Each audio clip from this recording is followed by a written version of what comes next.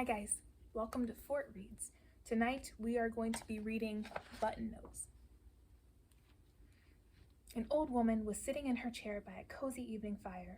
She was just dozing off when the door burst open and in rushed her granddaughter. "Hello, Grandma!" yelled the girl. Then she ran excitedly over to the old woman and gave her a big hug.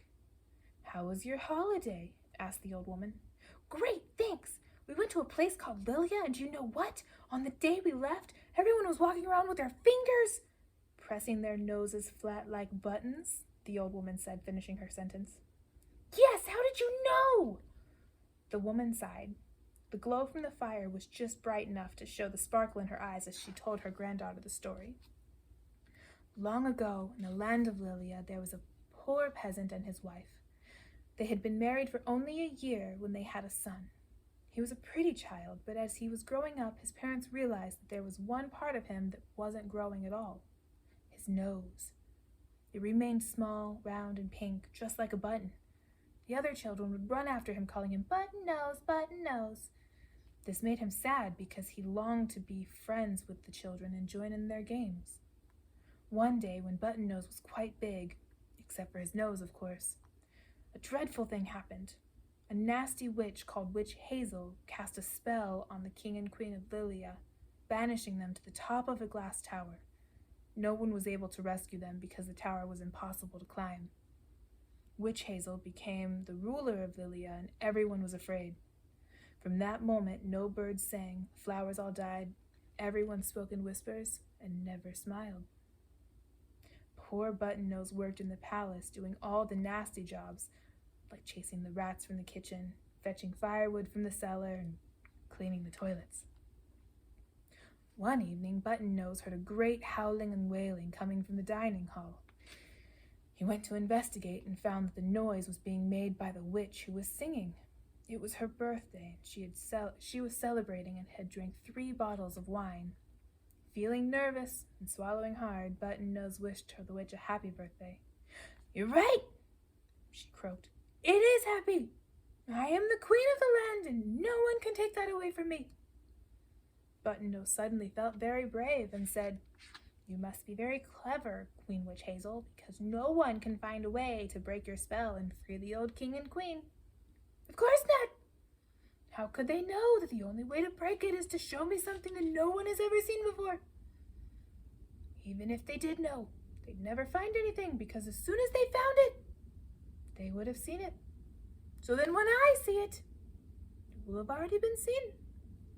See?" The witch cackled and began to sing again. It was so loud that the windows rattled and the cat darted under the stairs and put its paws over its ears. Poor Button Nose spent a restless night. If only he could think of something that no one had ever seen before. The next day he told the witch that there were some people outside with presents for her. In spite of a bad headache, she became very excited and put on a large ruby crown that she'd found in the jewel cupboard. "Summon the peasant present bearers," she said in a regal voice. The door opened and in came the royal gamekeeper carrying a silver plate on which was a magnificent fish. Its scales shimmered red, then blue, then green, and its tail was silver like the moonlight. Button Nose, his knees knocking, said, "I bet no one's ever showed you something like this before." "Don't be silly. The old fool saw it when he caught it." Then she turned to Button Nose.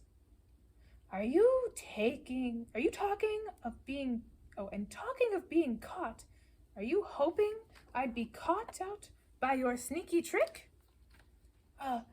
No, Your Majesty, whatever gave you that idea?" he said, trying not to go red. Then, thinking too quickly, he added, "I have a present for you too." "Oh?" said the witch, raising an eyebrow. "Your Majesty, I would like to give you this." Button Nose produced a plate on which was a shiny green apple and a knife. "An apple? What sort of present is this for a royal person such as me?" "Just have a look inside, Your Highness," begged Button Nose. "Then you'll get a big surprise." Witch Hazel sat down. She thought there might be some hidden jewel inside the apple, so she snatched up the knife, sliced the apple down the middle, and peered at the 2 halves.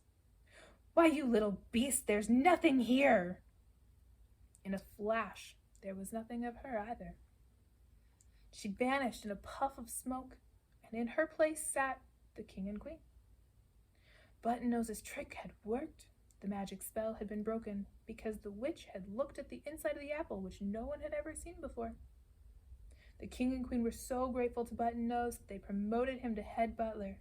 In his honor, they decreed that every year on his birthday, everyone should keep their noses pressed flat. As flat as a button. That's fun. Thanks for reading with me, guys. Sleep tight.